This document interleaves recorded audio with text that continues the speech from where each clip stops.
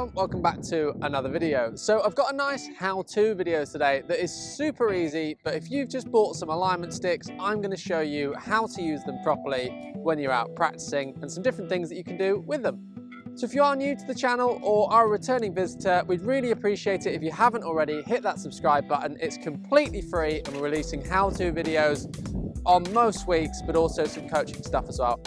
Okay then, so we've seen everyone using it on the tour, we've seen it on the telly, you've seen friends use them, and mainly you see them in people's golf bags, but these are some alignment sticks. So you've made that purchase and now you want to know how to use them. Let's get into today's video and I'll show you how to do it. So alignment sticks then do come as a pair, and I would always try and use them as a pair if possible. I see some people just trying to use one and often it's in line with their feet, but actually that's not going to always make it easiest to figure out exactly where we're aiming. So to help our alignment, we're going to use two with this nice easy setup. So with some editing magic, you can see I now have two alignment sticks on the floor and my ball's ready to go. Now I've set it up towards the yellow flag. Now a couple of things that people get wrong, or I see doing this, is they set their feet up towards the yellow flag and then try and also aim the club at the yellow flag. That's not going to work. So what you have there is a cross alignment. I like to think of railway tracks. It's the easiest way to think about it. You've got two tracks that head towards the same place, but don't point in exactly the same direction. They run parallel. And this is exactly the same as that. So I have my feet aiming just slightly left of the target, and then the orange stick is aiming pretty much at the target. Now, I would recommend first off, if you're quite new to setting this up, I'd do it on a mat first, because obviously the sticks can remain in the same spot when you're taking divots.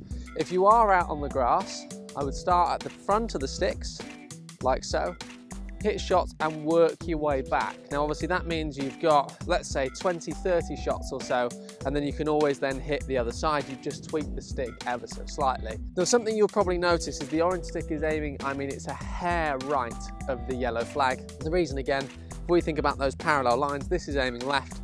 Club therefore wants to be aiming at the target, so the orange stick is just ever so slightly on the outside.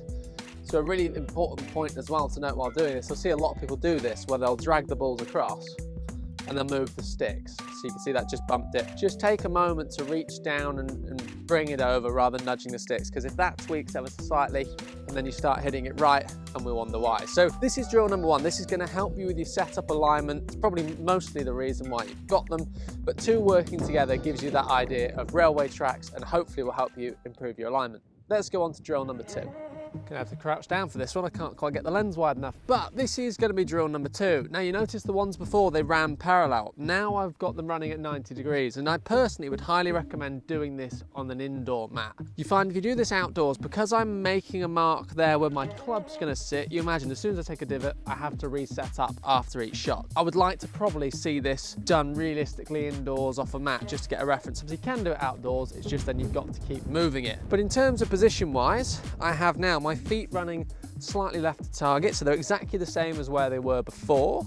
But point number two now is going to be, I'm going to try and get my club feeling it's a little bit more central there. Realistically, I want to try and see where the club is. Same if we start then getting more towards the driver, you can see all I would do is move that stick around in the stance to where is the relevant point.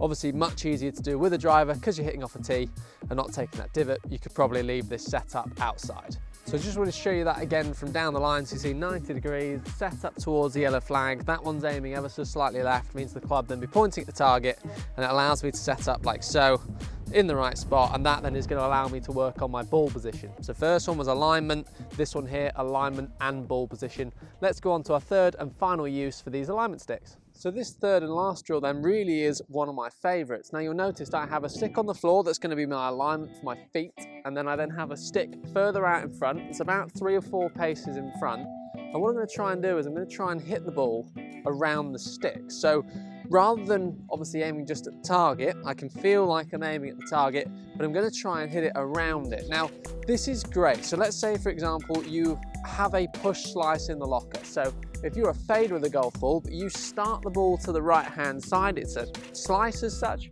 but then we're pushing it and it's slicing. So how can we fix that? Well, a really nice reference for that on the driving range is put a stick out in between yourself and the target, and let's try and start the ball around this area. If you want to be a fader of the golf ball, the ball has to start by me, to then move back onto the target. If I was to hit the ball here and then the ball curved, you can see I'm going to miss it quite a long way right. So just having that stick there is going to really help dial in that reference. And I love to just see people able to hit a shot, and I will hit a shot. Let's try it. I haven't hit one yet, so if I set up here, I'm now going to feel like I'm trying to start it just left of the stick. That's horrendous. I can't even hide my last shot. So again, I'm going to feel like I'm just trying to fade it round it. Like so.